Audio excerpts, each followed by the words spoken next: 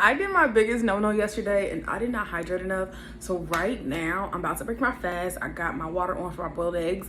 Honey, drink your water. Drink your water. I'm preparing for a 60-hour fast and it's gonna start Saturday night all the way into, I'm gonna break it on Tuesday.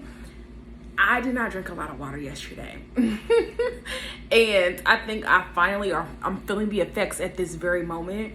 So I'm gonna go ahead and eat. 36 hours is complete. I broke it today with my, what is it? Spinach celery juice. I did just complete one of these Atkins protein shakes. Also, I just have to show off my stomach real fast.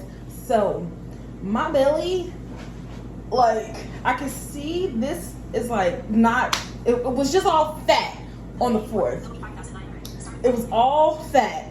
Then like right here on my stomach is flatter. Down here I'm starting to get like that sunken look, like it's trying to like, you know, get back together. So it just I don't look like I'm pregnant. And then this is my breakfast. I don't know if anybody else does this, but I cut my boiled eggs in half because in my head it looks like I have more. So I'm like feeding the eyes instead of like really stuffing the body. I don't know. I be cutting my food up like I'm a kid. And I got 3 pieces of turkey bacon because I would have had a weird number of turkey bacons coming tomorrow. I do have a 60-hour fast coming up. I'm going to eat today, which is Thursday, Friday, and Saturday. And then I'm going to resume back to alternate day fasting after my 60 hours. So I'm just letting y'all know.